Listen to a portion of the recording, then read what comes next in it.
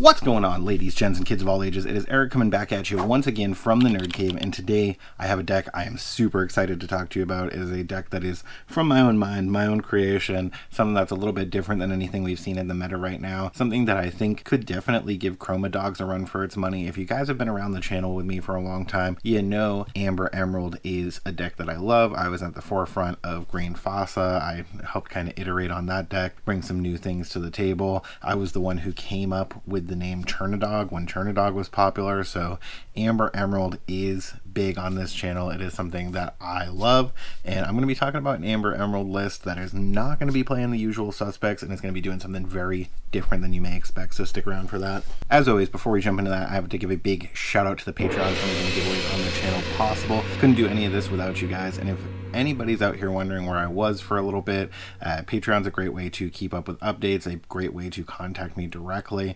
But if you don't know what was going on and you're curious, definitely check out the last video where I talk a little bit about why there was a little hiatus on the channel. Without any further ado, let's go ahead and get into this Amber Emerald deck list. So the first card we're playing is definitely something you've probably seen in some of those Chroma Dog deck lists, but you know, I'm using a little bit different here, and that is going to be Bobby Zimmerowski, a 1-cost inkable 1/2 stat line questing for 1. And when you play this character, you may draw and discard a card. It's ironically, discard a card is really what you have this card in your deck for.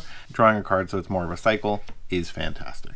Also in the 1-cost slot, and this is a card that I didn't play when I was running the deck, even though I was having a great experience with the deck. I did think that I didn't have enough 1-drops, and I wanted to kind of tweak the way my 1-drops were. I did go ahead and remove that 1-cost Flynn that has boost. I feel like he's great in Emerald Amethyst, but he didn't feel as good in Amber Emerald, so I went ahead and got rid of him, and we switched in Daisy Duck Donald's Date, a 1-cost uninkable 1/4 stat line questing for 2, with whenever this character quests, each opponent reveals the top card of their deck. If it's a character card, they may put it into their hand, otherwise it's going to go to the bottom of their deck, which is fantastic against those very greedy decks that we're seeing in the meta that have a ton of actions or non-character cards. All of a sudden is making Daisy Duck feel a lot better to play. Next up, a new addition from set 10, and a card that has definitely been shaking up the meta. We have 4 Webby Vanderquack, a 1-cost inkable 1/2 stat line questing for 1. This is another card I wasn't originally playing and decided to move in this shift lining and some other things I had in there. Again, other boost characters like the 2-cost uninkable Gaston, 2-cost uninkable 3/3. It's honestly pretty good. It does some kind of shenanigansy stuff, but I felt like I needed to go in a different direction with more 1-drops, and Webby Vanderquack is a fantastic one. With when you play this character, chosen character gets +1 strength this turn. It's always great to be able to give plus any amount of strength, because it can fix a challenge that your opponent is not expecting you to be able to take favorably. Moving over to the 2-cost slot, and our first evidence of boost in the deck, we do have 4 Emily Quackfaster as a 2-cost inkable 2/2 stat line questing for 1. The whole reason she's in this deck is for her ability. When you play this character, you may put the top card of your deck face down under one of your characters or locations with boost. So we just want to use her to get an extra boost trigger. If you don't know, boost can only be triggered once a turn by paying its cost. However, if you have something like Emily Quackfaster that allows you to create a trigger, that is going to circumvent that once per turn, so you can boost it once with ink and again with something like Emily Quackfaster. Next up, we have 3 Mowgli Man Cub, a 2-cost inkable 1/2 stat line questing for 1. This is a card a lot of people were really hype about, and it's still pretty good to be able to kind of help control the early game particularly, but it does not let you choose the card that your opponent is going to have to discard, which is a little bit of a mixed bag, where Ursula, it's limited to songs, but you get to choose. Mowgli is a 2-cost inkable with when you play this character, chosen opponent reveals their hand and discards a non-character card of their choice, not of your choice. So keep that in mind when you're playing those Mowglis, and even more so when you're playing against those Mowglis. However, if you want to limit yourself to songs and you do want to be able to choose, we are also playing 3 of those 2-cost inkable Ursula Deceivers, a 1/3 stat line questing for 1, with when you play this character, your opponent reveals their hand. Both of them, your opponent reveals their hand, which it's just great to have that information regardless of what they're discarding. This one, if they have a song in it, you get to choose one of those songs and make them discard it. This is a card that I've seen some people playing. It's getting some niche play, but in this deck it's really, really good, and I think it's really where it shines. I jumped on 4 foils of this pretty immediately when the set came out. I think they're pretty reasonably priced right now, and this card has a lot of future potential. It's a very interesting card as a 2-cost uninkable 0/2 stat line questing for 2. So already like fairly solid stat line, even though it doesn't deal any damage. The thing that makes not dealing any damage particularly acceptable is its ability Backup Plan. When you play this character, draw a card, then choose and discard a card, so you're also getting that kind of Bobby Zimmerowski trigger. And moreover, its second ability, On the Move. When this character is challenged, return this card to your hand. So being able, anytime it's challenged, to just put it back in your hand, circumvent any damage that's dealt to it, be able to play it again, potentially draw and discard again, makes it really super good. And in this deck particularly, it makes it a very reliable shift target. With the draw and discard, you may be sensing where we're headed and a big song that we may be playing. And as such, when you're playing big songs, you need some of those Ursula Vanessa, a 2-cost inkable 1/4 stat line questing for 1 with Singer 4. So she's just going to be a great way to be able to sing that big old Circle of Life that may be in this deck and bring some of those characters back. That's really all she's here for. Having 4 willpower is great because it makes her a little bit harder to take off the board for your opponent, especially if you're keeping her ready until you sing. She does a good job sticking to the board. The last card in the 2-cost slot, we do have 2 Blessed Bagpipes, a 2-cost inkable item this time. And when you play this item, you may put the top card of your deck underneath one of your characters with boost, so same ability as those Emily Quackfasters we were looking at before, but does have the additional ability when one of your characters or locations with a card under them is challenged, gain 1 lore. So that additional ability is mostly irrelevant with this deck. You're mainly just looking to do the first ability, but you know, occasionally that extra lore doesn't hurt. Next up, jumping straight past the 3-cost slot into the 4-cost slot, we have 3 Webby Vanderquack Junior Prospector. Particularly if you are on the Webby shift line, you really don't need a 3-drop. Even in that turn on 3, you don't necessarily want to be on curve with this deck because of kind of how the deck plays with what you want to be able to achieve. So you're almost better off on 3 dropping several 1-drops or a 2-drop and a 1-drop or whatever it may be. So that's more so where you're looking to be on 3. So 3-drops aren't super relevant to this deck, and like I mentioned with the Webby shift line, there's a real possibility you're skipping over your 3-ink turn anyway. Webby Vanderquack Junior Prospector is a 4-cost inkable 2/4 stat line questing for 2, shifting for 2. She does have ward, so when she shifts down, she's not going to be targetable by your opponent unless you go ahead and exert her, and if you're playing her outright, even moreover, she's not going to be targetable. And whenever this character quests, if an opponent has more cards in their inkwell than you may put the top card of your deck into your inkwell face down and exerted. So if you are on the draw specifically, or if you're on the play against somebody playing ramp, there's a real possibility they're going to have more ink than you. So you go turn 1 ink, play the little Webby, turn 2 ink, throw down this Webby with the shift. They already are at 3 because they played something like Sail the Azure at Sea, and boom, you're getting additional ink. You're evening out where you guys are ink value wise, and that makes it a lot harder for Sapphire to get way ahead of you.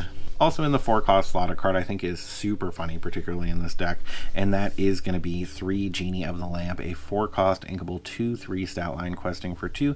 Does have evasive, which isn't as relevant as it used to be. There's a lot of outs for evasive characters, so when he is exerted, they may have something that's just going to be able to wipe him right off the board. In some instances, they don't, and you're able to really get some great quality stuff out of Genie. Worst case scenario, he is somebody who can quest for 2 for you, but while this character is exerted, your other characters are getting +2 strength, so when you do have him tapped down, they're gonna have to deal with him first with one of those evasive characters before they're dealing with your other characters, or they are going to be taking a lot more damage. Last card in the 4-cost slot, we do have 2 Donald Duck Perfect Gentleman, a 4-cost inkable 2/5 stat line questing for 2, shifting for 3, which isn't relevant. We don't have a shift target for Donald, and at the start of your turn, each player may draw a card, so your opponent may do it, you may do it, and you're going to get some additional card draw that way, so you're always going to want to be taking advantage of this. You're not doing anything like Bend to My Will to get rid of their hand after.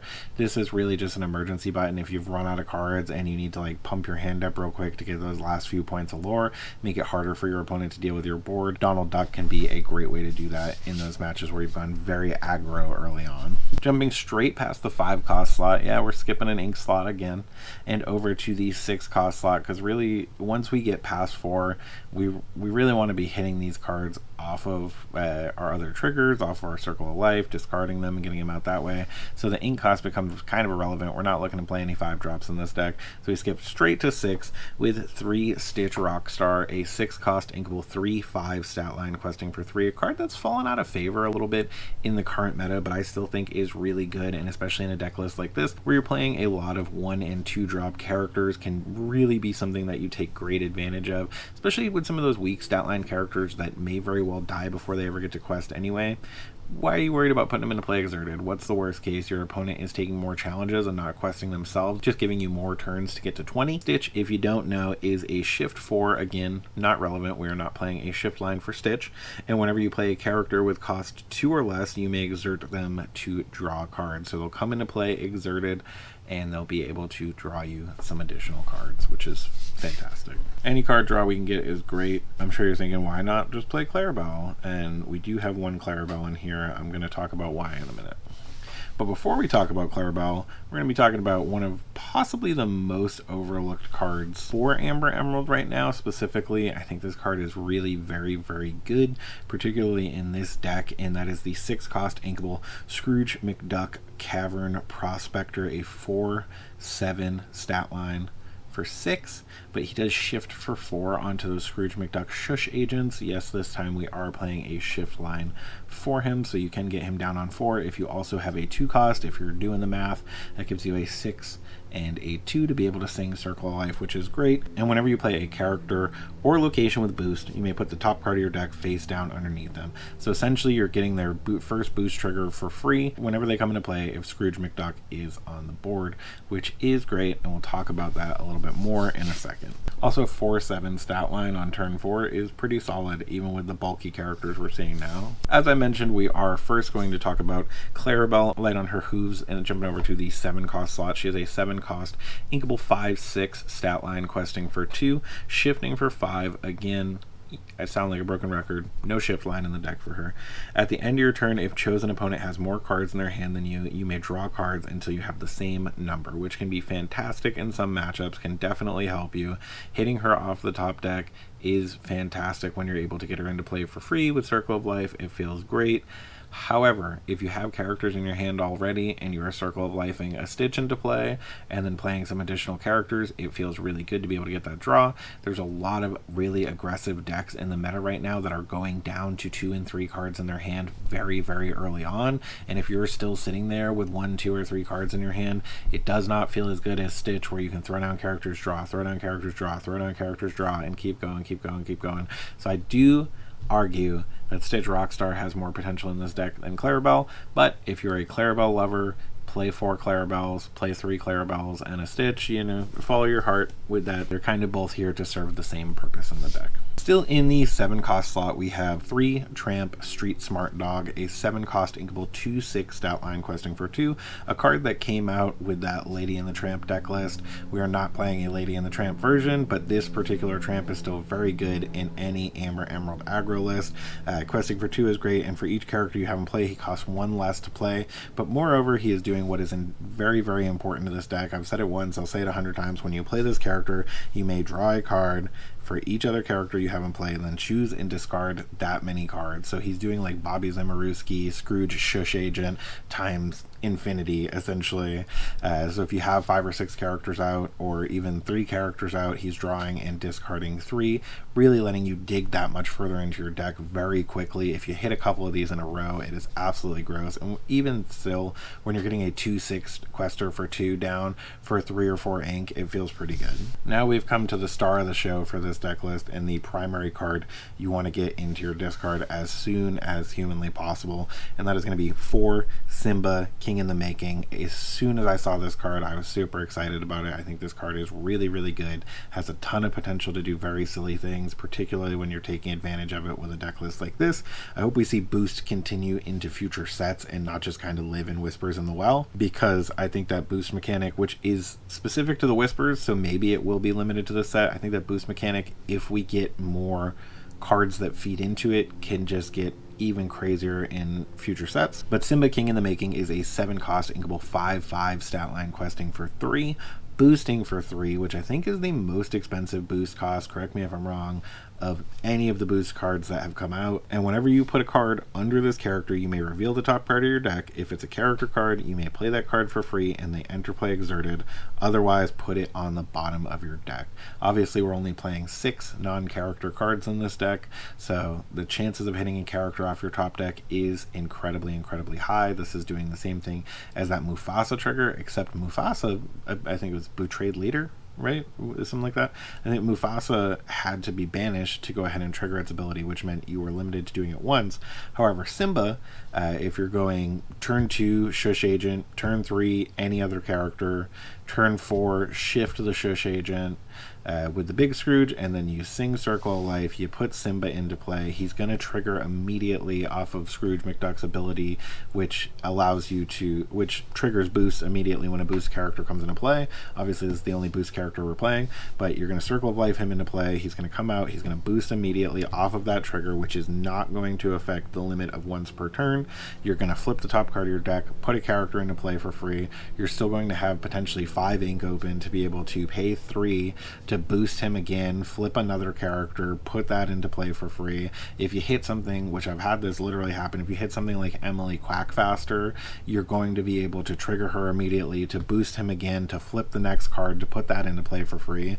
Not to mention, if you have an Emily Quackfaster or a Bagpipes in your hand, you still have 2 ink open on turn 5 to be able to boost him again and flip the top card of your deck and put it into play. So you're looking at potentially putting 3 or even 4 characters into play for free off the top of your deck, any ink cost characters for free on turn 5 of the game. So keep that in mind, because that's the play line you're aiming for with this deck list, and it is absolutely crazy. And you'd be surprised with how fast you dig into this deck, how reliably you can potentially pull that off. Next up, we have 2 Basil Undercover Detective, a 7-cost inkable 5/4 stat line, a fantastic card to hit off of those Simba triggers. He is questing for 2, and when you play this character, you may return chosen character to their player's hand. So you hit him off Simba, you bounce something back to your opponent's hand, and whenever this character quests, chosen opponent discards a card at random. So if they're sitting on a couple cards at this point in the game, you are potentially going to be able to make them discard something they don't want to discard. And we're getting down to the last couple cards in the deck, the second to last being a card I've talked about time and time again,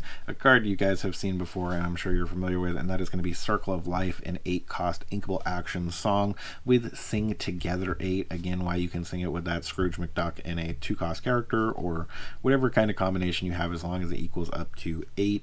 Obviously, singer characters count as whatever their singer cost is, and you're going to play a character for free regardless of its ink cost from your discard. Keep in mind also, when you're boosting those Simbas, if your opponent banishes your Simba, your Simba is going to go to your banish pile with all of those other cards underneath it, and you could be potentially putting God knows what into your banish pile at that point and have even more targets for those Circle of Life. So try not to ink these, try to hang on to them if you can. If you get stuck with 1 or 2 in your hand in the early game, go ahead, ink one of them if you have to, but if you can avoid inking them, that's definitely what you want to do, because taking those characters out and playing them for free, especially when you're targeting that Simba, is very good. And the last card in the deck, and a card that is fantastic even without Malicious, Mean, and Scary, this is a card that I think people are kind of on either side of the fence with, and that is going to be Prince Philip, Vanquisher of Foes, a 9-cost inkable 6/6 stat line questing for 3, so fantastic stat line, shifting for 6. Again, no shift target for this guy in the deck. He is evasive, so it's going to make him pretty hard to deal with, because even if they have those evasive characters, a lot of them are fairly weak, save for something like Lexington or those genies or something that get evasive during your turn, or have alert that are going to kind of give them evasive. Those characters are a little bit stronger, but still, you need a couple of them to take out a Prince Philip. And when you play this character, banish all opposing damage characters. So even if your opponent only has 1 character with damage on it in play, or 2 characters with damage on it in play, banishing those characters when he hits the board is going to be fantastic. Like, even if you're only banishing 1 character, especially if it's a bigger character, it's going to feel super good. And then he's going to come down and he's going to be questing for 3 while being evasive. Fantastic way to close out a game. And as I mentioned, you could potentially be hitting these and putting them into play for free on turn 5, which is kind of nutty. But what are you guys' thoughts on this version of Amber Emerald in the comments below? I always love to hear it. I'm super excited about this deck list, so feedback is everything to me. This is straight out of my mind to your eyes, so let me know what you're thinking. Check it out on Dreamborn. The link is in the description as always. And thank you guys so much for sticking around to the end. Remember to like and subscribe if you feel so inclined. It really helps us to get promoted to people like you who may enjoy these videos. And when you see those toys, video games, and overlooked Scrooge Scrooge McDucks off in the distance. Remember, it is not a mirage. You guys have a great day.